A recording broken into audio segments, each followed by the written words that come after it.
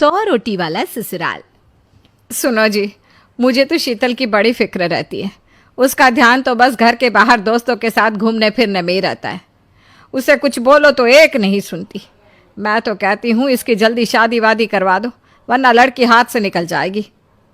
तुमसे ज़्यादा चिंता है मुझे शीतल की शादी की। कल ही वो रामपुर वाले मौसा जी को फ़ोन भी किया था।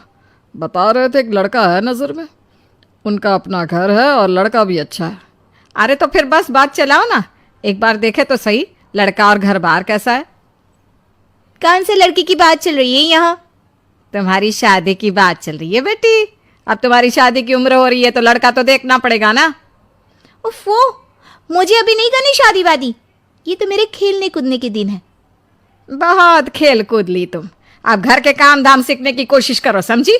ससुराल जाकर हमारी नाक मत कटवा देना। सब्जी काटनी तो आती नहीं इसको, तो नाक ही कटवाएगी। अरे मैं इसे शादी तक अच्छे से सब सिखा दूंगी। आप तो बस उस लड़के से इसकी शादी की बात चलवाओ। कुछ दिनों बाद कुणाल और उसकी माँ शीतल को देखने घर आते हैं। कुणाल दिखने में बड़ा ही स्मार्ट होता है। शीतल तो उसे देखती ही रह जाती है।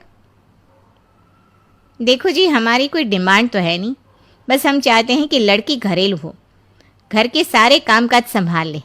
अब आपके परिवार में तो बस 3 ही लोग हैं, पर हमारा तो खूब भरा पूरा परिवार है।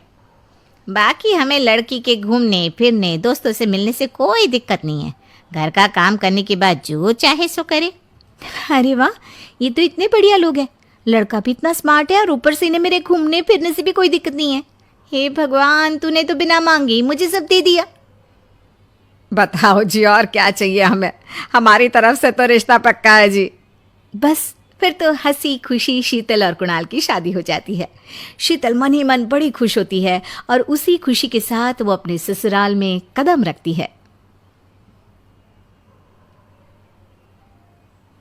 आओ बहू, तुम्हारा अपने ससुराल में स्वागत है। ये मिलो अपने परिवार से।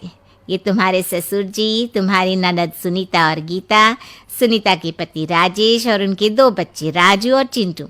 ये ना हमारे साथ यहीं रहते हैं। ये तुम्हारी दादी सास हैं और बाकी लोग अभी बाहर गए हुए हैं। इतने सारे लोग, ये सब यहीं रहते हैं इस घर में?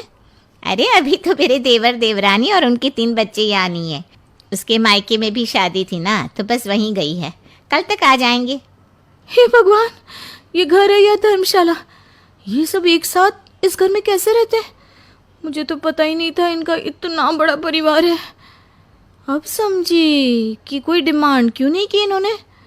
ये सब चाल चले मेरे साथ। अरे बहू, खड़े खड़े क्या सोच रही हो? चलो अपने कमरे में जाकर आराम करो।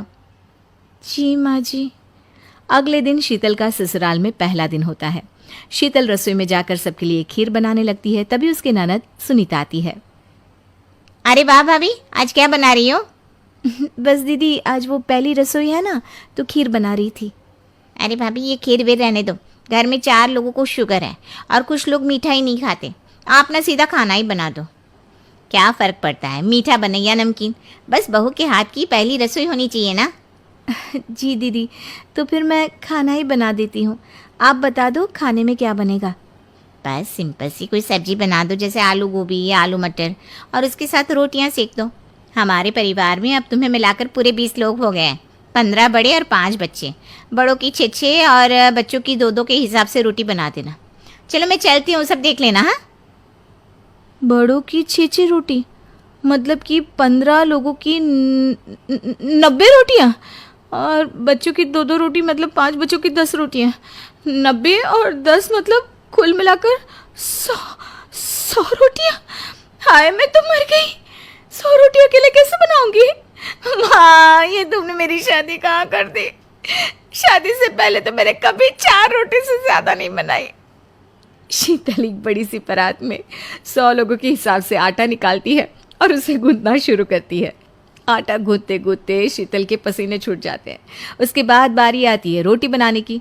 शीतल एक एक करके रोटी बनाना शुरू करती है और 10 रोटी बनाते ही अपनी कमर पकड़ लेती है। हाय, मैं मर गई। मेरी कमर टूट गई खड़े खड़े, और ऊपर से इतनी गर्मी। मैं 100 रोटियाँ कैसे बनाऊंगी? अरे भाभी, सब बाहर रोटियों का इंतजार कर रहे हैं। ज़रा जल्दी जल्दी रोटी सेक दो।